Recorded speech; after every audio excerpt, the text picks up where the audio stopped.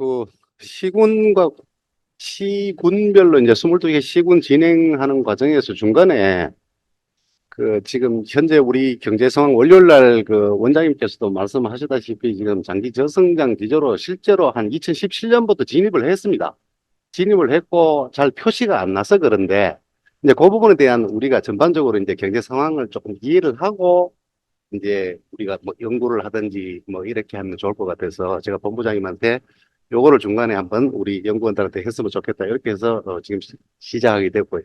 제가 이거 2015년부터 그때 유영철 실장님이 월요일마다 우리가 이제 경제 동향하는 게 너무 아깝다 이렇게 해서 2020년 뭐 우리 코로나 직전까지 월요일마다 제가 계속 이렇게 했었습니다. 여기 이제 우리 연구위원들하고 뭐 많은 분들이 보면 아실 건데 그거를 한꺼번에 이렇게 모아서 조금 오늘 좀 보겠다 이렇게 이해를 하시면 될 것 같습니다. 안에 이제 제목하고 이제 조금 다르게 여기 보시면은 경제 현황 대응 방안 그리고 진단 요 내용 없습니다. 요거는요 추측을 하셔야 될 것 같습니다. 이 내용을 보시면은 경제 현황은 이제 설명을 드리고요. 대응 방안 없습니다. 이거는 정부 차원에서 하고 지자체 차원에서 우리가 그때그때 해결하는 거. 그리고 경북 경제 진단 요거는 이거 다 들으시면은 느낌이 탁 오실 겁니다. 아, 경북 경제야. 큰일 났다. 이런 느낌이 딱 드실 겁니다. 그래서 오늘 순서대로 쭉 한번 나열해 보겠습니다. 이게 목차는 네 가지로 했습니다. 글로벌 시장과 한국 무역, 그 다음에 경제 상황 진단하고, 월요일 날 원장님 말씀하셨던 20년, 일본의 20년, 잃어버린 20년. 요게 지금 우리하고 거의 판박이다. 요 내용이 뒤에 지금 정리가 되어 있습니다. 요 구체적으로 안에 상세히 설명 안 하더라도요. 나중에 요 자료 보시면은 일본 놀러 갔다 오십시오. 일본 갔다 오시면은, 20년 뒤에 우리 일본이 지금 우리하고 이렇게 비슷하겠구나. 이런 느낌이 드실 겁니다. 예. 그런 차원에서 한번 보시면 좋겠고요. 마지막에는 순서별로 체계를 이렇게 잡은 게 아니고요. 그 안에 보면은 뭐 기업가 정신 여러 가지 이렇게 조금 재밌는 부분들을 좀 추가를 해놨습니다. 예. 그래서 한번 참고를 해주시면 좋겠습니다. 먼저 글로벌 시장에서 한국 무역, 우리가 현황, 동향 이런 거 많이 하지만은 실제로 이게 잘 모르거든요. 전 세계의 교육 규모가 얼마인지도 몰라요. 그래서 이게 23년에 39조 4,320억 달러가 전 세계에서 수출하고 수입하는 가치인 겁니다. 교육. 예. 그리고 지금 보면 우리나라 무역 의존도 이렇게 보시면 뒤에도 있습니다. 지금 22년에 84.6%입니다. 요거를 보시면은 뭘 알아야 되느냐면은 우리가 지금 자칫 잘못하면 경북도 그런 이야기 하던데 제조 비중이 낮아지니까 서비스업 중심으로 가야 된다. 아닙니다. 이제 저희가 경제 진단할 때는 경제국에서도 제가 이렇게 얘기하거든요. 서비스업으로 가면 안 되고요. 이 파이가 굉장히 커지는 상태에서 제조업은 그대로 유지하지만 서비스업 파이가 커지기 때문에 마치 제조업이 우리 경북이 축소가 되는 거지만 실제 그렇지 않습니다. 계속해서 성장하는데 서비스업 중에서도 엉뚱한 거 있지 않습니까? 지금 여기도 지금 저희가 여기 생활해 보니까 이 서비스업 가지고 있으면 이 호명업에 가지고 있는 서비스업 가지고 있으면 빌어먹습니다. 이 서비스업 가지고는 절대 전부 먹는 거거든요. 사업 서비스나 이런 것들 안 되고 제가 얼마 전에 차 고장 났는데 안동에서 왔습니다. 안동에서 와가지고 수리하고 또 안동으로 가고 막 이런 정도인데 그래서 서비스업보다는 어쨌든 무역 의존도가 84.6%인 우리나라가 수출을 해야 된다. 제품을 만들어야 된다. 그리고 또 한 가지는 미리 말씀드리면은 300년 전에 했던 공급중시 경제학, 세의 법칙, 이걸 지금 어떤 상황에서도 적용하면 됩니다. 모든 거는 유효 수요가 있어야 됩니다. 그 수요 중심으로 가고 그 수요에 맞춰서 공급을 적절하게 조절하는 게 경제정책이다. 이렇게 이해를 해주시면 좋겠습니다. 이거는 우리 공부하시는 분들은 이렇게 이해를 하고 또 정치적으로 전략적으로 요게 바꿨을 때는 거기에 또 지원을 하고 이렇게 갔으면 좋겠습니다. 일단은 진단을 이해를 고려 하시고요. 그 다음에 요거 보시면 전 세계 나라가 몇 개냐 한 번도 생각해 보신 적 없을 겁니다. 몇 개인지 생각해 보신 적 있으니까 뭐 많다. 이 정도잖아요. ISO 공식 인정 249개입니다. 오늘 요 숫자 한 개만 해도 도시락 드실 겁니다, 이게. 249개. 예. 그 다음에 유엔 등록하고 뭐 이렇게 월드컵 경기하고 이렇게 여러 가지 기준이 다 달라져 있습니다. 그래서 다 외우기 힘드니까 249 이렇게 보시고요. 이렇게 교역이 많은 데서 이제 경북이 여기 22년으로 업그레이드 시켰습니다. 국내 총생산은 2,165조, 경북은 115조, 3,414억 원, 요거 명목입니다. 물가나 이런 걸 전혀 고려하지 않고 기준연도 2020년 기준으로 해서 산출한 금액이거든요. 요거거든요. 여기에 실질 GRDP 해가 물가 올라서 돈 더 쓴 부분 빼버리게 되면은 여기 한 107조 그 정도 이렇게 됩니다. 그래서 이 명목은 서로 비교할 때 주로 쓰고요. 실질은 우리가 시계열로 어느 정도 성장을 하고 있는가, 실제로 성장하는 요거 보시면 됩니다. 여기 계신 분들 월급 올랐을 때 인플레이션 계산해 가지고요. 우리 다 하지 않습니까? 뭐 2%, 3% 계산하니까 그 부분도 한번 이해를 해보시면 실제 내 물가 월급이 올랐는지 안 올랐는지 그것도 이해가 되실 겁니다. 우리 연구원들 임금 동결시키부터 3년만 동결시켜버리면요. 월급 확 줄어봅니다. 예. 원래부터 막 내가 이제 성적이 안 좋아가 3년 뒤는 임금 동결 3년 가버리면은 3년 뒤에 가보면은 슈퍼 가서 물건 사보면은 진짜 살 거 없습니다. 예. 전에 했던 것만큼. 예, 그래서 그 인플레이션 부분을 배제했는 게 115조입니다. 대구는 지금 이게 경북의 절반밖에 안 되거든요. 그래서 이 부분도 보시고 대구의 무역 의존도는 37.6%잖아요. 근데 경북이 75.3%입니다. 그래서 경북은 제조업으로 가야 된다는 얘기입니다. 여기다 대놓고 서비스업 자꾸 너무 강조하면 안 된다. 주력 서비스업을 육성하는 거는 맞는데요. 그쪽으로 우리 경제가 간다. 이거는 지역 경제가 간다. 이거는 아닌 것 같습니다. 예. 그 다음에 수출 아까 249개 있지 않습니까? 수출하는 나라 240개, 수입하는 나라 244개입니다. 예, 249개에서 5개 나라 빼고는 전부 교육을 다 한다는 얘기거든요. 근데 그 5개 나라는 나라 같잖아요. 뭐 군인이 20명, 뭐 경찰이 5명 이런 나라거든요. 그러니까 그런 거는 빼더라도 244개 국가하고 우리가 교역을 하고 있다. 이렇게 보시면 될 것 같습니다. 그 다음에 한국의 수출 1위국을 보면 97년도에 미국이 15.9%였거든요. 23년도에 중국이 19.7%입니다. 의존도가 굉장히 높아지고요. 미국이 15.9%에서 18.3%로 또 더 높아졌습니다.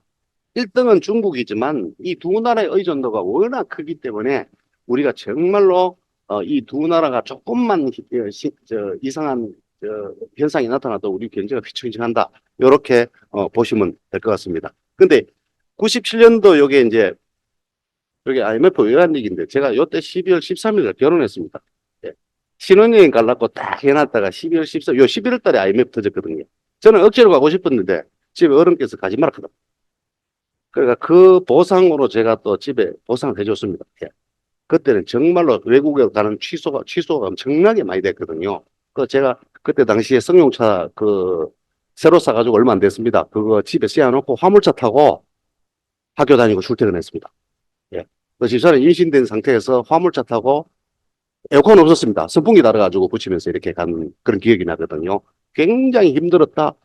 정말 속수무책이더라. 이런 느낌 들었습니다. 그 97년에서 2003년까지 바뀌면서 교육 대상국이 뭘로 바뀌냐면은 여기서 일본, 뭐 중국, 홍콩 이렇게 나오는데 여기에 갑자기 베트남이 쑥 나옵니다.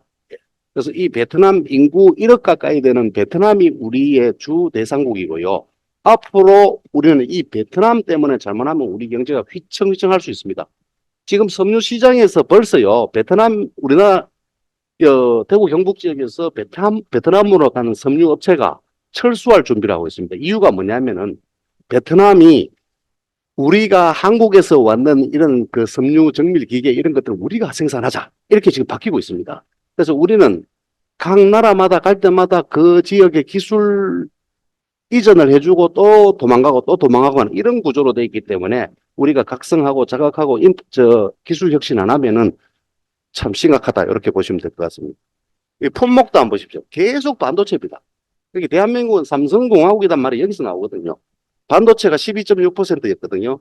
23년도에 15.6%입니다. 여기 12.6%하고 여기 15.6%는 이 규모가 차이가 많이 나거든요. 결국은 반도체하고 자동차 조선의 수직 계열화된 기업들만 살아남는 겁니다. 그래서 이 중소기업을 가지고 중소기업이 해외에 가서 뭐 수출 뭐 해가지고 어떻게 한다는 그거 정말 힘들거든요. 그래서 핵심 핵심되는 기술을 가진 기업들만 집중적으로 수출 시장으로 보내고 나머지는 내수 시장에서 이 감자 뿌리쑥 뽑으면 밑에 쭉 딸려 나오지 않습니까? 그게 작은 것부터 시작해 쭉 딸리듯이 이렇게 붙여주는 이 작업을 해야 된다는 느낌이 좀 들었습니다. 예. 이렇게 이제 우리 경제 규모 이야기했는데 요거 우리나라입니다. 이거 우리나라고 이게 지금 이 저쪽에 뭡니까 중동하고 아프리카 쪽에 북아프리카 쪽에 있는 그쪽인데요. 이게 잘 보시면 이게 남미도 이런 부분도 있습니다. 여기서 여기로 바뀌는 그 색깔만 바뀌지. 요 칼라가 흑백인데 요 우리나라인데 잘 보시면은 한국의 GDP 3% 우리가 경제 성장률 3% 이야기잖아요. 이 3%보다 작은 나라가 이거 다 있습니다. 아프가니스탄, 캄보디아, 브루나이, 요르단. 이게 대구 GRDP하고 똑같다. 경북은 여가면 선진국입니다. 대구의 1.9배입니다. 예, 여기 보시면 1.9배이고 수출은 대구의 5.8배입니다. 경북은 여가면은 대국이 됩니다. 이게 경제 규모로 봤을 때. 그래서 우리 GRDP나 이런 경제 규모도 정말로 굉장히 수준이 높다. 이렇게 판단을 하고, 모두가 경제 정책을 이렇게 해야 됩니다. 자꾸 보면은 자아 비판을 많이 하더라고요. 야, 우리 일하면 다 죽는다, 안 죽습니다. 예. 그래서 보시고요. 그 다음에 이제 두 번째는 이렇게 이제 현재, 저런 상황을 두고 현재 경기 사이클이 어떻게 되나 보면 유럽 4개국, 선진국 4개국이 이렇게 독일하고 쭉 포함돼서 이렇게 가고 있고 아시아 5개국은 이렇게 올라가고 미국은 또 이렇게 지금 100m로 지금 현재 떨어지고 있습니다. 요게 지금 경기 선행 지수인데요. 요 경기 선행 지수, 경기 동행 지수 이렇게 하는데 요 뒤에 저 가면은 요 경기 동행 지수 이렇게 만들고 있습니다. 요거 지금 경북 건데요. 요거는 지금 2015년에 여기 원래 들어온 김규수 박사하고 저하고 그때 이제 우리 그 위총연구원 들어왔을 때 저하고 둘이서 통계청 승인을 받은 겁니다. 경북 경기 지수. 지금도 계속해서 발표를 하고 있고요. 그래서 경북 경기 한번 보시면 지금 요거는 국내네. 예. 경북 경기도 보면은 지금 상태가 왔다 갔다 하는 그런 상황이 있습니다. 그 경기 종합 지수가 우리 여기서 경제학 이론에서 이 중기 파동입니다. 주글라 파동인데 여기 7년 정도 주기로 이렇게 돌거든요. 근데 우리나라 경기 사이클은 4.8년에서 5년 정도로 경기 사이클이 이렇게 돕니다. 그래서 그 상황을 보면은 사이클이 이게 진폭이 있잖아요. 이렇게 막 굉장히 사이클이 커져야 이거는 박정희 대통령, 전두환 대통령 때 굉장히 사이클이 컸어요. 이래야 경제가 좋은지 나쁜지 눈으로 확 들어오는데 제일 안 됐을 때가 박근혜 대통령 때. 그 수평입니다. 하거든요. 이럴 때 보면 대부분 기업들 물어보면 요즘 어떠냐 이런 물어보면 그냥 그렇다면 막 이 정체가 안 좋아서 이런 얘기 계속 하는데 그거를 숨기는 게 코로나입니다. 그래서 조금 앞으로 한 2년쯤 지나면은 아마 더 심각해질 가능성이 높다. 이런 말씀을 드리고요. 이제 경기 사이클로 하면 요겁니다. 예. 주글라 파동입니다. 중기 파동. 예.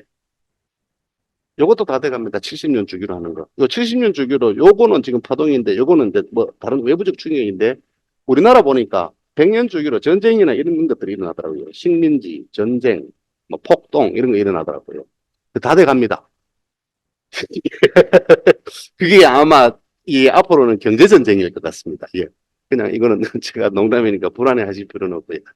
자, 요거는 이제 참고로 보십시오. IMF 전망이고 원래 전망했는 거고 그 주요국의 경제 전망, 성장률 전망도 이렇게 쭉 나와 있습니다. 중국이 4.7%입니다. 이 중국이 원래 10% 정도 돼야 경기 호황기인데 4.7%고 일본이 1%입니다. 일본은 잃어버린 20년 지나고 지금 많이 끈적하게 분위기 좋아졌습니다. 그런데 돌아가는 거는 우리 자전거 그 페달 그 기름 안 치고 자전거 타고 가면은 정말 힘든데 가기는 가잖아요. 이런 구조가 지금 일본이 돼 있고 우리가 거기 따라가고 있습니다. 참고하시면 되고요. 그 경기 사이클은 우리나라 공영 경제가 지금 후퇴기에 접어들었습니다. 이게 지금 거꾸로 계속 내려가고 있습니다. 예. 이걸 대통령 그림을 제가 여기 안 붙이려고 하다 붙이는데요. 대통령 사진을 이렇게 붙여가지고 경기를 봤습니다. 이분들이 경제 정책을 정말 잘하고 뭐했다. 그건 아닌 것 같더라고요. 경기 사이클이 이렇게 돌아가는 사이클 위에 내가 언제 대통령이 당선되느냐에 따라 가지고 바보가 됐다가 천재가 됐다 이렇게 하더라고요. 예. 그래서 이분이 이때 당시에 외환 위기를 겪긴 했지만 뭐 외국에 막 쓸데없이 돈 빌려주고 하는 그런 건 있었지만 그것 때문에 망한 건 사실은 아니거든요. 그러니까 저 글로벌 경제 자체가 어떤 문제가 돼서 그렇기 때문에. 그래서 제가 제일 싫어했는 대통령이 사실 이분이었는데 지금 바뀌었습니다. 이게 굉장히 위대하더라고요. 실제로 이게 지나고 보니까. 금융실명제도 이분이 했잖아요. 원래 금융실명제 누가 하락했냐면은 이분이 하락했어요. 그 뒤에 가서 말씀드립니다만은 김재익 수석이 경제 실명제 하자, 금융 실명제 하자니까 다른 건 다 들어주겠는데 그거는 안 되겠다. 내 주변에 전부 도둑놈들이다. 이렇게 돼가지고 그거는 안 된다 했는데 그걸 이분이 했어요. 예. 요때 금융 실명제 실시하면서부터 우리 대학생들이 거기에 관심을 가지고 학부생들이 관심을 가지고 세미나하고 이런 게 많았었어요. 그 참고로 보시면 될 것 같고요. 여기 진폭이 크고 사이클이 뚜렷하지 않습니까? 요 박근혜 대통령 언저리 여기 봐보면 아무것도 없잖아요. 예, 톱니처럼 하다가 이제 이분이 여기서 이제 이거는 기저효과거든요. 그래 조금만 돈 풀면 올라갑니다. 올라갔다가 다시 원상복구하는 과정에서 코로나 터져버린 거예요.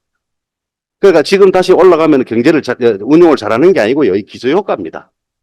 평균 40점 먹었던 놈이 자다 일다가 눈 잘못 찍으면 50점 되잖아요. 그 기저효과입니다. 예, 그래서 요거는 크게 지금 좋게 생각할 필요는 없다. 요렇게 말씀드리고요. 그 다음에 3고는요, 고금리, 고환율, 고물가입니다. 고유가는 고물가를 지원해주는 고물가의 원인이 되는 거다. 이렇게 보시면 되고요. 다시 한 번 더 3고는요, 금리, 환율, 물가, 요 세 가지입니다. 그리고 각각의 영향이 다 있습니다. 특히 요거는 가계에 영향을 미치고요. 가계부채 급증시키고 하는 여기에 원인이 되고, 나머지 환율과 금리는요, 가계에도 영향을 미치고, 환율은 기업에 대해 영향을 많이 미칩니다. 그래서 요거는 기업, 뭡니까, 기업이고, 요거는 가계고, 요 두 개는 가계와 기업에 같이 영향을 미친다. 이렇게 해서 이런 문제가 생기면 나오는 게 스태그플레이션입니다. 물가는 올라가고 성장률은 떨어지고, 요게, 요때 있었습니다. 이거 보시면은, 요게 지금 74년부터 82년까지, 요게 우리나라에서 처음으로 겪는 스태그플레이션이거든요. 이 스태그플레이션이 처음이자 이때 마지막이었습니다. 그런데 여기에 지금 스태그플레이션이 약간 작게 스태그플레이션 징후가 작년, 재작년부터 시작을 하기 시작합니다. 이대로 계속 가면은 장기 저성장 가는 거는 거의 도장 찍듯이 딱 나오는 겁니다. 그래서 이분이 이 문제를 해결하기 위해서 이분을 영입을 했습니다. 김재익 수석을. 예. 이 김재익 수석이 이제 공무원인데요. 이게 공부도 하시고 하는 그런 공무원인데, 이게 자꾸 이제 이 뒤에서 이렇게 빙글빙글 돌다가 이 전두환 대통령한테 눈에 딱 찍혔어요. 찍혀가지고 이야기했습니다. 당신이 경제수석 한번 맡아볼래? 이렇게. 물론 뭐 앙산 폭파 사건 때 돌아가셨지만 맡아볼래? 그랬긴 해. 이런 얘기를 했습니다. 한 가지 조건이 있다. 제가 드리는 조언대로 정책을 추진하면 엄청난 저항에 부딪힐 것입니다. 이렇게 얘기하니까 이 말을 했어요. 여러 말 할 거 없어서 경제는 당신이 대통령이야. 이 군인 출신이니까 이 경제는 네가 알아서 해보라 이겁니다. 그리고 말 다 들었어요. 그리고 아침마다 가서 일주일에 한 번씩인가 아침마다 가서 경제와 언론 강의를 했어요. 경제는 당신이 대통령이라는 책에 보면은 전두환 대통령이 받아 쓴 자필, 그 다음에 김재익 수석이 정리한 노트, 그거 다 사진 찍어 있습니다. 그거 한번 읽어보시면, 예. 화장실에 들고만 가시도 원래 안에 다 읽을 수 있습니다. 그거 한번 보시면 정말로 그 안에 우리가 몰랐던 게 있습니다. 예. 그래서 이 공부하면서 전두환 대통령이 저 스태그플레이션 현상을 이겨내기 위해서 꽂혔던 게 바로 이겁니다. MV는 PT입니다. 김용현 박사님은 제가 이 말 할 때 아마 입이 근질근질 할 겁니다. 이게 추가로 얘기하고 싶어서요. 예. 그래서 요거 계산하면 V는 M분의 PT거든요. 이 전체 총 생산을 총통화 M2로 나눈 겁니다. 그게 바로 화폐 유통 속도거든요. 시중에 돈은 덜 풀고 돈 도는 속도를 빠르게 하게 되면 물가는 올라가지 않고 경제 성장률은 고도 성장이 가능하다 하는 게 이때 정확하게 먹히버린 겁니다. 그래서 아까 이런 현상들이 생긴 겁니다. 이게요, 거의 지금까지 왔었습니다. 예. 이때 이거는 정말 경제 정치를 잘했는데, 이거는 제 생각에는 이분이 잘한 게 이분이 자기가 모르니까 전문가한테 완전히 맡겨주고 이 전문가가요, 자기 아들한테까지 요거도 먹었습니다. 독재자 편을 들어가지고 이렇게 막 하느냐 하고 막 아들도 막 반항을 하고 있는데 그때 했던 얘기입니다. 경제는 데모하고 한다고, 민주주의는 데모한다고 되는 게 아니고 민주주의는 경제가 일정 수준에 도달하게 되면은 민주주의는 절로 찾아온다. 그때 데모를 하면은 민주주의 속도가 빨라진다. 이렇게 얘기했는데 그게 지금 우리나라 정확하게 맞잖아요. 예. 이해 안 됩니까? 예. 예. 그래서 이분이 했던 경제 정책이 지하 경제 양성화, 금융 실명제, 요거는 안 했습니다. 요거는 실패했고요. 아예 전두환 대통령이 하지 마셨어요. 그 다음에 독과점 철폐, 무역 확대, 국영항공사를 경쟁 체제로 아시아나항공 생기는 계기가 됩니다. 예. 그 다음에 물가 안정 수입 자유와 임금 상승은 생산성 증가 범위 내로 억제를 해라. 지금 그래서 임금 인상을요, 우리가 그 생산보다도 임금 인상률이 높아지게 되면 경기 회복 안 됩니다. 예. 그런 부분들 참고해가지고 보시고요. 이 환율과 금리, 이때 고정환율제거든요. 그, 숙명여대 신세돈 교수님이 그 강의를 한 몇 년 전에 하셨던 그 강의 내용에서 이런 게 있었습니다.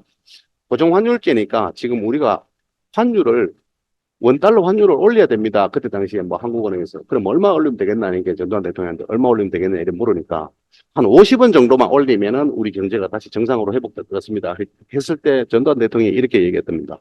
그때 이 얘기했던 거. 제가 신세동 교수님 흉내를 그대로 내면은 100원 이게 100원 이게 전두환 대통령의 그 톤이잖아요. 100원 내가 100원 올릴 거라 이겁니다. 예. 그래서 뭐 이런 아주 획기적인 그 경제 회복 정책을 해가지고 성공했는 대표적인 케이스입니다. 예. 요것도 참고로 보시고요. 요 지금 올렸거든요. 요거는 넘어가겠습니다. 그리고 제조업도 이렇게 되고 그 제조업 비중이 가파르게 경북은 감소하고 있다. 근데 요거는 위기 상황은 아니다. 이렇게 보시면 될 것 같고요. 그 다음에 지금 경북 경기 사이클 이렇게 가고 있습니다. 굉장히 엉망입니다. 이렇게 왔다 갔다 하는데 요 이유가 있습니다. 요 이유가요. 공공 주도의 경제 성장이어서 이렇습니다. 네. 정책을 어떤 시점에 집중적으로 하게 되면은 성장이 툭 떨어졌다가 툭 올라갔다 이러거든요. 그래서 공공 주도형 성장을 하게 되면은 경기 사이클이 굉장히 불안정해진다 이렇게 보시면 될 것 같고요. 요거는 참고로 넘어가겠습니다. 그리고 원래 저희가 이제 내부적으로 요거는 KBS만 보도를 했었습니다. 그런데 너무 떠들면 그래가지고 전국이 2.1%인데 대구가 2.2% 예측을 했고 경북 저희들은 2.1%입니다. 요 전망치는 요거는 추정치인데요. 실제로 추정치인데 요거는 1.1%로 작년에 했던 거하고 거의 같습니다. 참고로 보시면 될 것 같고 요 경북의 추세 성장률 한번 보십시오. 우리 잠재 성장률 이야기하잖아요. 자본과 노동을 다 동원했을 때 달성할 수 있는 최대의 성장률인데 그 성장률이 경북이 지금 현재 1.7%밖에 안 됩니다. 만약에 원래 2.2% 달성이 됐다면은 경상북도에서 하는 경제 정책을 잘 하신 겁니다. 그리고 돈 많이 쓰신 겁니다. 예. 의회에서 돈을 사인을 막 해주면요 경제는 성장합니다. 예. 그래서 막 뿌리면은 일단 일시적으로 성장했는데 그 다음 해가 문제다. 이런 느낌을 조금 보실 겁니다. 그래서 총 요소 생산성 개선이 필요하다. 자본과 노동 이외의 어떤 기술이나 이런 것들이 성장률을 이끌어 가도록 그렇게 해야 된다. 이렇게 말씀드릴게요. 그럼 요거 한번 보겠습니다. 요거 제가 이제 일본에 잃어버린 20년 해가지고 이제 한국하고 비교를 해놨는 건데 요게 똑같습니다. 부채 급증, 인플레이션 금리 인상, 스태그플레이션 나오다 시작되다가요 장기 저물가로 다시 갑니다. 디플레이션이 생기거든요. 이제 요게 지금 기다려 계시면 됩니다. 저축해 놨다가요 디플레이션 생기면 그때 물건 사십시오. 예. 지금 그래 됩니다. 예. 그 다음에 부동산 버블 붕괴. 지금 벌써 부동산 버블 붕괴 진입이 됐습니다. 2008년도에 대구에서 대형 평수들 미분양이 2만 3천호, 2천호 이렇게 나왔지 않습니까? 그때 했던 이야기가 지금 정확하게 맞습니다. 국민, 뭡니까? 국민주택 있잖아요. 85제곱미터 평수가 만약에 미분양이 지금처럼 생기면은 속수무책일 거다 했는데 지금 정확하게 맞습니다. 큰일 났습니다. 사지 마시고 돈 가지고 계신 분은 한 원래 연말쯤 돼가지고 대구 시내 들어가셔가지고 위치 괜찮은데 집을 하나 주고 가지고 오시면 됩니다. 예. 그러니까 그 들어가셔가지고 계속 사시고요. 있던 집은 안 팔립니다. 그냥 가지고 계시면 됩니다. 예. 지금 분위기가 그렇게 되어 있습니다. 굉장히 지금 집이 거래가 떨어지고. 그 다음에 주가 붕괴. 그 다음에 고환율 지속. 그리고 임금비가 노동 생산성을 상회하는 고임금 시대. 지금 우리나라 그렇습니다. 돈 어지간히 조건 안 옵니다. 그 다음에 M2 총통화 급증입니다. GDP에 지금 2배 돼 있습니다. 3년 전에 1.8배였는데 지금 2배 돼 있고요. 그 다음에 대기업 기술 의존 심화 이런 것도 있고 외국인 중국이나 아세안 경쟁력이 약화되면 우리도 같이 약화되는 거예요. 그다음에 무역수지 적자 발생 지속 지금 몇 년 전부터 계속 그래 되지요. 요 현상들이 뒤에 가면서 다 있고요. 그다음에 사회 문제입니다. 일본하고 똑같은 거예요. 저출산, 1인 가구 급증, 생산 가능 인구 감소, 높은 고령화. 그다음에 젊은 층의 명품 소비 급증. 지금도 제가 보니까요. 뭐 지갑 하나에도 뭐 이상한 저 로고 있잖아요. 제가 이게 뭔지는 몰라도 이게 명품이라는 느낌 딱 들어요. 예. 대학생들까지도 그 언저리 가는 거 들고 다니더라고요. 예. 그 다음에 골프 대중화. 그러니까 지금 아파트 이래 가보면은 아파트 계단 올라다 갑자기 있잖아요. 써가지고 올라가지는 않고 막 이런 사람이 있어요. 예. 이런 분위기가 지금 벌써 우리는 몇 년 전부터 시작이 됐던 겁니다. 일본을 따라가고 있다. 그 다음에 노동 생산성이 낮은 고학력 세대의 사회 진출. 이게 지금 우리가 MG 세대, 이게 엄밀히 말하면 Z 세대입니다. 예. 그 다음에 코로나19 같은 비경제적 요인의 경제적 영향 확대, 사회 보장 비용 급증, 그리고 MG 세대, 사토리 세대지요. 야들이 등장합니다. 이게 지금 뒤에 가면은 제가 뭐 포기했는지 나오는데 우리나라 MG 세대는 다 포기해버린 겁니다. 사람만 있으면 된다. 이렇게 이야기해요. 일본의 이때 당시에 사토리 세대보다 더 많은 걸 포기하고 있습니다. 예, 그 뒤에 다 적어놨습니다. 그 다음에 빠른 인구 감소, 빈집 쇼크. 일본은 오쿠타미처 여기 빈집에 가면은 5년만 살면 집하고 텃밭을 공짜로 주더라고요. 예. 지금 우리도 지금 그런 정책을 앞으로 또 해야 될 거다. 요 보겠습니다. 요 아까 앞에서 말씀드린 헤드라인만 말씀드릴게요. 오일 쇼크로 스태그플레이션 발생해서 50년에 가까운 기간 동안 초장기 불황을 경험을 할 것이다.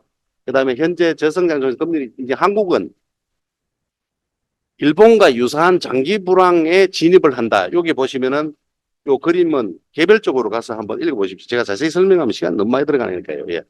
그 다음에 부동산 시장의 버블 붕괴. 이때 일본 외국에 왜 빌딩 큰 거 막 사고 난리를 쳤거든요.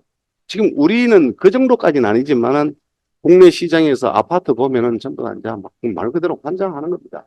제가 봤을 때 아파트 가격은 제가 주택정책심의위원회 조덕환 박사님하고 같이 이렇게 있어 보니까 적정 아파트 가격이 2억 5천에서 3억 정도면은 우리 청년 세대들이 정말 부담 없이 열심히 할 수 있을 것 같아요.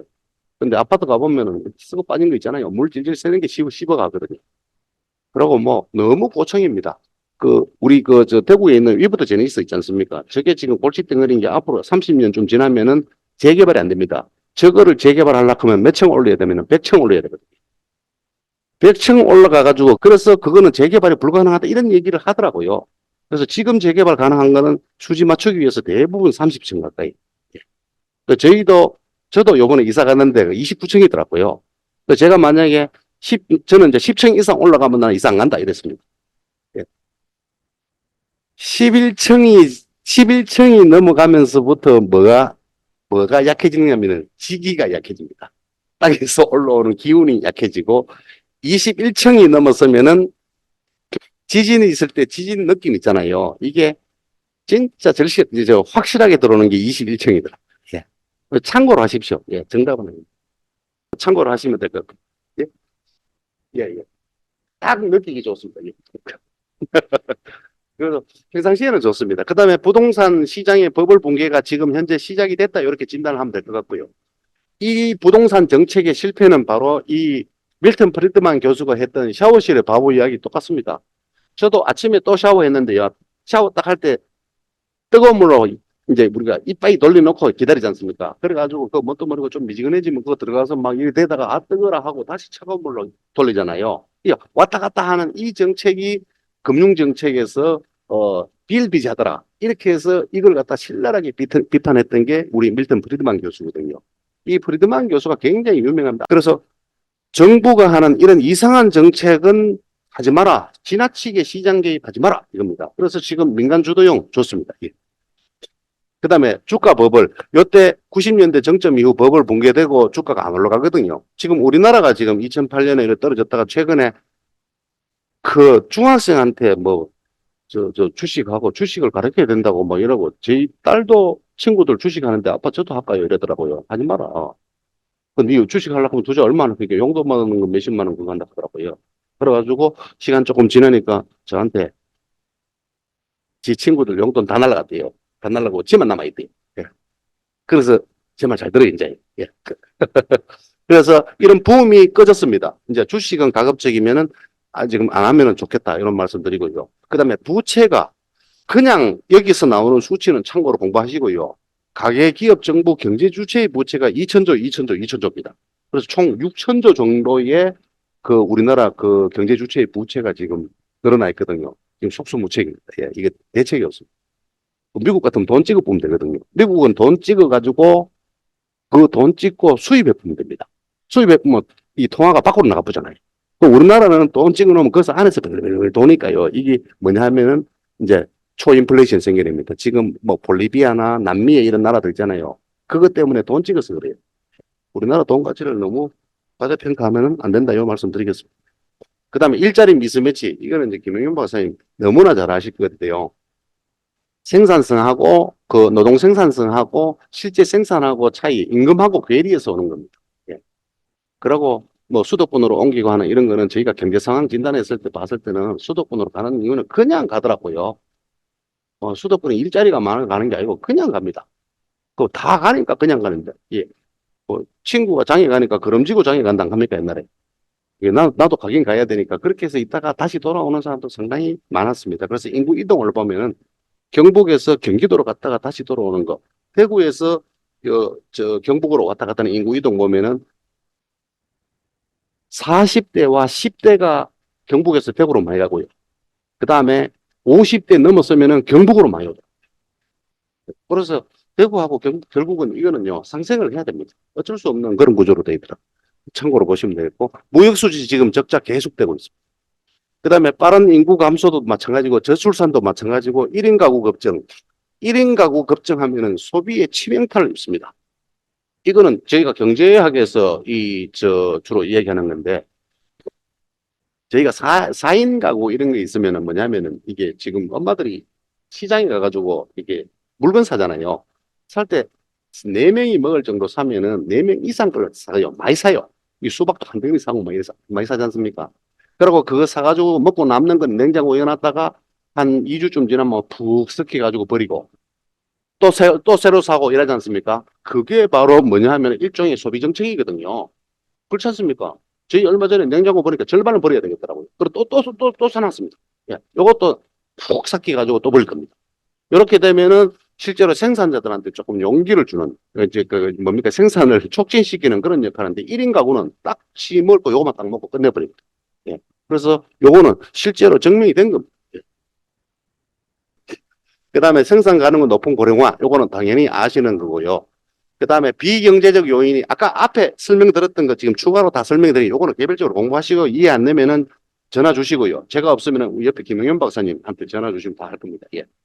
그렇게 보시면 될 것 같고요. 사회보장 비용도 급증하고 있습니다. 이렇게 보면은 지금 조금 떨어졌는데 지금 이번 정부 전후로 해서 조금 떨어졌는데 40%까지 올라갔습니다. 세금은 적은데 계속 이런 것만 늘어난다. 이거 보시면 될 것 같고. 그 다음에 여기 나오는 사토리 세대하고 우리 M4 세대, MZ 세대예요. 연애, 결혼, 출산만 일본에서는 87년부터 2004년에 포기했는데요. 우리나라 애들은 다 포기해봅니다. 인간관계까지 포기해봅니다. 예. 집에 앉아가지고 가만히 다 있어요. 예. 저희는 저희 애들이 그럴까 싶어 지금 겁나거든요. 그리고 의자 사러 갔더만은 집에 방구석에 계속 앉아 있어야 되니까 의자도 제일 비싼 사요. 지난주에 제가 24만 원짜리 의자를 샀는데 제 거는요. 치는 지금 80만 원짜리 샀어요. 왜 그러냐니까 이게 앉아가지고 이렇게 폼 잡으면은 뭐 어깨가 어떻고 좌우에 뭐 대칭이 어떻고 뭐 이러더라고요. 그래서 사줬습니다. 네. 그렇게 사주면은 나중에 또 이거 엠포 세대 안 되는 거 모르겠습니다. 아직까지 요거는 해당이 안 되기 때문에 그런데 예. 내 집 마련은 할 생각이 없더라고요. 그래서 이 전체가 다 포기를 하는 그런 세대가 등장을 했습니다. MZ 세대하고 MZ 세대 그러잖아요. MZ 세대는 그게 원래 통합하면 안 됩니다. 그러니까 지금 치면은 초등학교 한 5, 6학년하고 미국에서 왔는 거잖아요. 5, 6학년하고 지금 40대 초반하고 같은 세대입니다. 웃긴다 아닙니까? 저하고 우리 아버지하고 같은 세대라 하는 하고 똑같거든요. 그래서 그거를 기자들이 사용을 처음에 잘못해서 그렇다. 그런 얘기를 한번 들었습니다. 그냥 요즘 청년들 이렇게 얘기합니다. 참고. 그다음 마지막으로 요 사장에는 하나의 이론이나 이런 것들을 조금 정리했습니다. 세상에 공짜 점심 없다. 예, 공짜 없습니다. 미국의 서부의 술집에서 생긴 말이에요. 뭐 하면은 뭐 보태주고 뭐 해가 추가로 끼워주고 막 하지 않습니까? 그 안에 돈 다 들어있다 이겁니다. 하면 이때부터 그 서부 시대부터 이 이야기 사지 마십시오. 기업의 무자비한 마케팅의 희생자가 소비자입니다. 그, 저도 요즘 가끔씩 뭡니까? 인터넷 홈쇼핑 보거든요. 저 관심 없이 그냥 이게 딴 거 볼 거 없어 그냥 틀어놔서 이렇게 보는데 저절로 이렇게 솔깃해지더라고요. 그러면 제가 채널 돌립니다. 그래서 요 세상에 공짜는 없다는 거 요거 이야기 좀 생각해 주시고 요것도 역시 우리 프리드만 교수가 그래서 선택에는 기회 비용이 반드시 수반된다. 요 이론적인 거 참고하시고요. 그다음에 소비와 노동소득 간의 관계에서 봤을 때 생애 주기 이거 모딜리아니 교수가 이렇게 노벨상 이분도 노벨상 받았는데 이렇게 생각하시면 됩니다. 여기 계신 분들 우리 그 연구위원 그 스님급에 계신 분들은 다 돼갑니다. 좀 있으면 소비가요 수입보다 많아집니다. 예, 예. 준비하시면 될 것 같습니다. 바보 되는 거 달성공원 가셔가지고 예 바보 등무해 됩니다. 예. 그래서 요렇게 돼서 요때는 부모한테 의존하고 요때는 자기 스스로 헤쳐나가야 되는 그렇게 적자 인생을 살아가는 요 시점이니까 미리 사전에 준비를 했으면 좋겠습니다. 그 다음에 이거를 보고 이제 저희가 이제 많이 이야기하는데요. 소득 1분위부터 5분위까지 있지 않습니까? 여기에 해당되시는 분들 여기 계시는지 좀 모르겠어요. 제가 알기로는 우리 연구원에는 이 5분위에 있는 사람은 한 사람밖에 없는 걸로 알고 있거든요. 아니면 뭐 이야기 안 할게요. 예. 근데 이 4분위에 있는 사람들은 진짜 많습니다. 여기 지금 우리 처장님도 계시지만은 고위공직자들 이래가지고 학생들 그게 등록금 국가장학금 신청하면요 다 못 받아요. 근데 살아보면은 항상 월급 전에 돈 모자리고 이렇거든요. 그게 4분입니다. 예. 그리고 이 4분위와 1분위 차이보다 실제로 뭐 더 많이 난다고 보는 게 이 5분이거든요. 이거 따라가지 마십시오. 죽어요. 이거 따라가면 바로 40대 때 망합니다. 40대 때 망해버니까 50대 때 못 살더라고요. 지금 여기 40대 계신 분들은 절대로 기고만장하시면 안 됩니다. 그냥 가만히 있으면 됩니다. 진짜로요.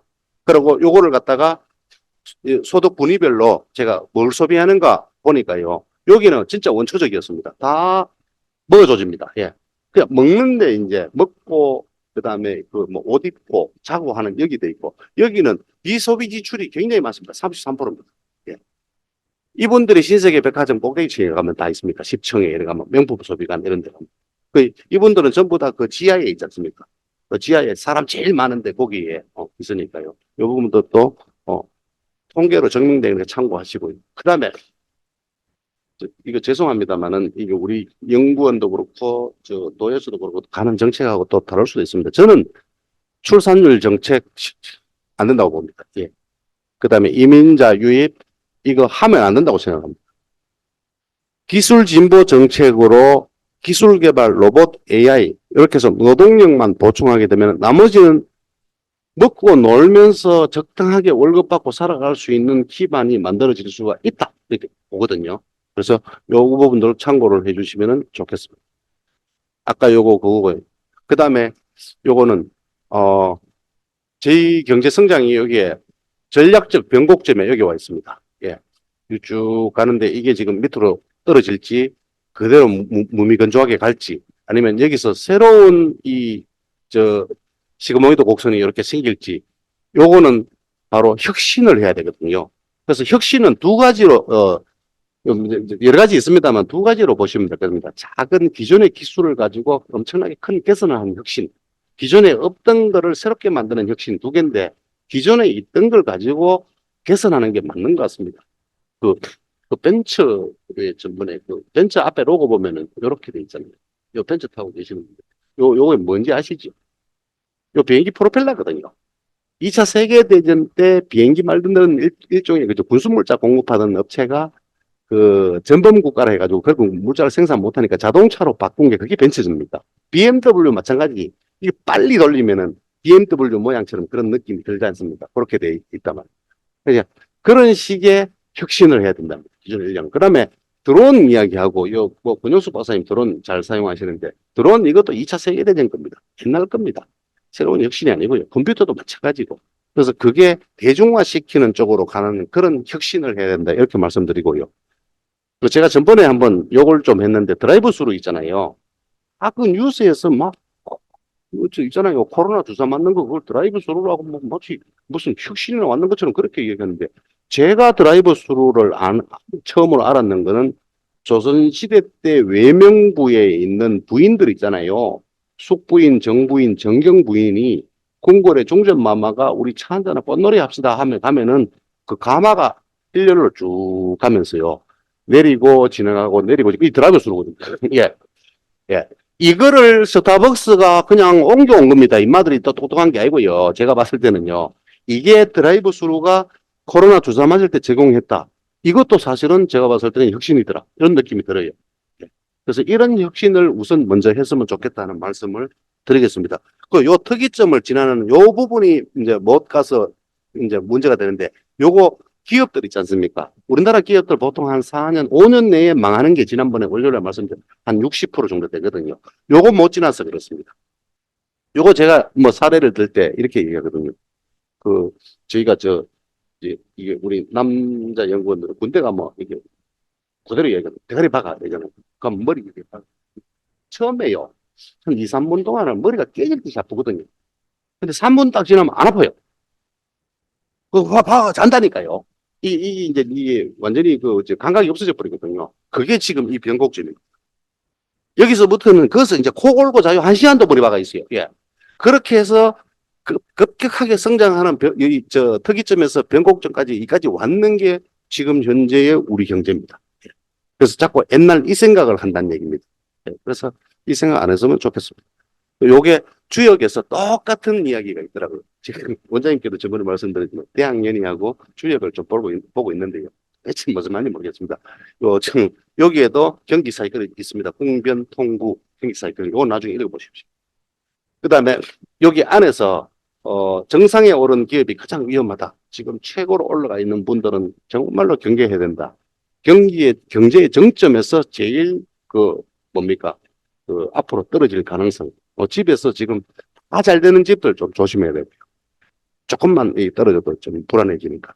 요게 대표적인 게 코닥이었습니다. 요것만 맨날 생산하다가 디지털 카메라 나오니까 바로 망해버리지 않습니까? 그리고 요거를 제가 이제 국내 경제에다가 이렇게 해보니까 2017년이었습니다. 제가 좀 오래 걸리게 심사숙고했습니다. 믿을 수 있도록 안 믿을 수 있습니다. 예. 요거 보니까 여기서 꼬부라지기 시작해가 쭉 이제 계속해서 저성장 밋밋하게 이렇게 갑니다. 이거 보십시오. 얼마나 지금 빠른 속도로 늘어났습니까? 경제 성장률, 경제개발 5개년 계획, 경제사회 발전 5개년 계획까지 전부 다 여기 쭉 안에서 내용을 봤습니다. 그래서 96년도 요 5개년 계획에 요거 3차 스톱할 때 여기에 위원으로 계셨던 분이 그 경북대학의 손병혜 교수님이라고 그때 이야기 들었거든요. 가서 경제개발 5개년 사회 발전 5개년 계획 세우려고 하니까 할 게 없더래요. 예. 워낙 우리 경제가 잘 잡혀 있어가지고. 그래서 중지를 했던 거예요. 근데 이제 다시 해야 돼. 요거를 성장률로, 이게 변동률로 보니까 요렇게 지금 가고 있어요. 지금 요 2016년, 17년 여기 왔거든요. 이렇게 해서 쭉 가서 20년 동안 장기 재성장. 예. 그래서 지금 필요한 게 기업가 혁신입니다. 요거는 한번 쭉 보실까요? 안티프라민. 예. 이거 글씨 만드는가 그냥 이거 두 개 붙여가지고 그냥 뭐 우리나라 발음 잘 안 되니까 그냥 프라민 이거 안티프라민. 예. 이게 유시죠. 뭔지 근데 이게 이 버들유시 예. 그 버드나무 서재필 박사님 딸이 요 조각가였는데 요 우리 유일한 회장 우리나라로 복귀할 때 요 조각 그림을 선물로 해줬는 게 지금 유한양행의 로고로 그대로 쓰고 있어요. 이 사람이 했던 게 바로 뭐냐면은 회사는 전문 경영인한테 맡긴다. 아들은 대학 시기 조식에 네가 알아서 먹고 살아라. 이게 철학이 뚜렷했습니다. 기업가 정신이. 그 참고로 보시면 되고요. 이 부인은 중국 부인. 그 호메일이었어. 그 다음에 이거 파리바게트인 줄 아시죠? 예. 삼리법방. 저는 요 노래 요즘도 한 번씩 부릅니다. 이 초급이. 찬바람이 서늘하게 뚝밤을 스치면 삼리법방 그리 웃구나 하면 입이 침 흘러내리거든요. 예. 그래서 일부러 요 호빵을 사 먹은 적도 있습니다. 요게 혁신을 했던 게 뭐냐면은 바로 이 베스킨 라빈스나 이게 던킨 도넛 이런 것들을 한국 지사 있지 않습니까? 이걸 전부 다 가져오고 파리바게트를 삼립 SPC 만들어 가지고 만들었다. 이렇게 보시면 될 것 같아요. 그다음에 이분은 혹시 예, 이 원경선 원장인데 두부 있잖아요. 두부 풀무원 만들어가 두부 포장하는데 그 포장 기술을 처음으로 활용하셔가지고 이 두부를 미국에다 팔아먹었던 그런 분입니다. 굉장히 그냥 일반 상식적인 넘는 수준까지 생각을 하시는 그런 분들이거든요. 그래서 이것도 한번 읽어보십시오. 그다음에 여기 이제 제가 이게 아지노모토 이게 초창기에 우리가 그 일제시대 때 끝나고 난 뒤에 우리나라 조미료거든요. 지금도 지금 조미료 많이 드시고 계시잖아요. 오늘도 조미료 많이 드신 거거든요. 그리고 저녁에 저 밖에 나가시면 전부 조미료입니다. 그래서 제가 지금 요 와서 원장님 제가 한 몇 킬로 빠졌거든요. 그 저녁을 집에 가서 먹으니까 살 빠져요. 밖에 나가면 계속 조미료 먹거든요. 미원. 그래서 요거를 산에 가가지고 불 때 가지고 이 조미료 만들었던 게 임대용 회장입니다. 요거 저희 집 종신입니다. 근데 아무 혜택도 없어요. 근데 요거를 이기기 위해서 이게 미풍을 만든 이병철 회장이 실패를 했지 않습니까? 아주 강력한 기업가 정신을 가지고 있었다. 그래서 그 이병철 회장은 나는 세 가지 실패를 했다. 르노 삼성 있지 않습니까? 르노 삼성, 미풍, 그리고 자식 교육 이렇게 세 가지 실패했다. 이런 얘기를 하더라고요. 그 중에 하나가 미풍입니다. 제가 미풍 어릴 때 먹어봤습니다. 저는 모르겠더라고요. 미원이나 미풍이나 똑같은데. 자, 요렇게 해서 또, 감칠맛 나는, 글루타민산 소다, 요걸 처음 발견했던 게 바로 이분입니다. 그 다음에 요것도, 돌아가시지, 얼마 전에 돌아가시는데, 이분 때문에 생기는 게 바로 김치 냉장고거든요. 김치 냉장고인데, 이게 좀, 제가 이거 보면서 좀 부끄러웠던 게 뭐냐면, 이게 보십시오. 논문에 이분들이 박정희 대통령이 지시를 받아가 만들었는데, 대학원생 전재근이 여기에 참여를 했습니다. 요새 대학원생은 이때 비교하면 진짜 아니죠. 안 그렇습니까? 여기는 이거를 개발할 때 월남전에 이걸 갖다가 공급하기 위해서. 그래서 이걸로 인해서 생겼습니다. 김치란 말은 순 우리말로 김치, 이런 말입니다. 김, 이렇게도 얘기한다. 요게 바로 혁신이었고, 이 김치 냉장고가 아직까지도 우리가 쓰고 있습니다. 요번에 이사 가니까 벽에 붙어 있더라고요. 예. 김치 냉장고 다 벽에 붙어 있더라고요. 이게 자꾸 이게 이제 개선되는 것 같습니다. 그래서 여기 계신 분들도 아까 그 시그모이드 곡선은 이게 그 특이점이잖아요. 거기 넘어서면은 이렇게 이 활주로 이론처럼 이렇게 탄력이 생기면은 큰 성과를 가지고 올 것 같고요. 그리고 저도 그렇습니다만은 똑같은 것끼리 모여가지고 맨날 같이 여러 뱅글뱅글 돌면은 혁신이 안 일어납니다. 서로 다른 거를 인정하고 막 이렇게 섞였으면 좋겠다. 그래서 동종교배 태화의 법칙이 또 있습니다. 그래서 이런 것들을 조금 뭐 생각해 주시면 좋고 제주도 쪼랑말 이것도 원래부터 쪼랑말이 아니고요. 제주도에 그 그 몽고 말 갖다 놓고 그 안에서 계속 동종교배 하니까 조그만해졌는 게 그 쪼랑말이라 하더라고요. 그래서 뭐 이런 이야기도 사실 뭐 할 것도 이야기할 것도 많은데 좀 시간 없으니까 넘어가겠습니다. 그리고 요거는 제가 요 통계로 계산했는 이 란체스터 법칙을 가지고 이게 지금 명량해짐 있지 않습니까? 요거를 계산을 한번 해봤습니다. 계산을 해보니까 이 이수진 장군의 그 12척 있지 않습니까? 12척으로 그 140척입니까? 이겨내는 게 가능했던 게 바로 이 지형적인 지형을 이용해 가지고 앞에 한 세대 정도 이렇게 몰려오면 거기 집중적으로 공격해가 뭡니까? 이게 저 침몰시키고 또 침몰시키고 계속해서는 그런 전법을 일자진으로 해서 했더라고요.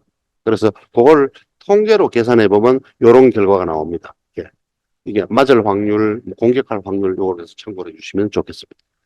그 다음에 요거 저희 연구원에 전번에 이수석 원장님 계실 때 제가 요거 그때도 한번 이야기하니까 이수석 원장님 그때 이 말 한번 말씀드릴까요? 그때 그때 이야기하시는데 우리가 너무 이렇게 편해가지고 여기 일이가 필요하다, 늑대가 필요하다. 그래서 정신 바짝 차려야 됩니다. 요 토끼 사슴 있는데 토끼하고 사슴 나누는 게 이게 모든 조건을 다 좋게 해주니까 전부 다 멍텅하게 가더라 이겁니다. 요즘 MZ 세대들은 좀 그런 성향이 있잖아요. 여기에 이걸 낫게 해주려면은 치료하는 게 아니고 거기다가 늑대 한 마리만 엿보면 죽을 놈 죽고 있다가 나중에 시간 지나면은 나머지는 이제 긴장을 하기 때문에 쌩쌩해진다. 이거 이 이론입니다. 예. 그래서 도전과 응전의 법칙이다. 이렇게 말씀을 드리겠습니다. 요 경제학에도 나오는 얘기. 그 다음에 요거는요, 그, 임성호 박사님, 예, 보셨습니까? 같이 이렇게 동호하고, 이제 지금 방도 같이 서시고 막 이런데, 요 좀 조심하셔야 되는 게, 여기 욕심을 좀 버리시면 좋겠습니다. 반드시요, 미니맥스 해에 도달합니다. 처음에는 약속해가 결합 이윤이 극대화된 상태에서 자기 욕심이 생기면은 47을 얻기 위해서 가격을 내리면은 이 사람은 줄어드는 게 보이거든요. 그러면 서로 같은 생각을 계속 하다 보면은 24까지 있다 보면은 이제는 오도 갈 데 없어서 이게 바로 시장 가격이 형성되는 겁니다. 그래서 같이 아파트 같이 사시거나 동업을 하실 때는요, 절대 욕심 버리지 마시고 그대로 유지를 하시면, 욕심 내지 마시고 유지하시면은 아마 오랫동안 갈 겁니다. 연구도 마찬가지 그렇게 될 가능성이 높다. 이렇게 말씀을 드리겠습니다. 다른 것 같습니다. 제가 나중에 또 시간 되면은 제가 오늘 뭐 특별히 뭐 강의 이게 아니고요. 이제 좀 덜 지루하시라고 했는데 좀 뭐 어떤지 모르겠습니다. 하여튼 여기 안에서 조금 우리 경제 상황 진단에 이런 게 참고가 됐으면 좋겠다는 싶어서 해서 예, 조금 부족하지만 예, 들어주셔서 감사합니다.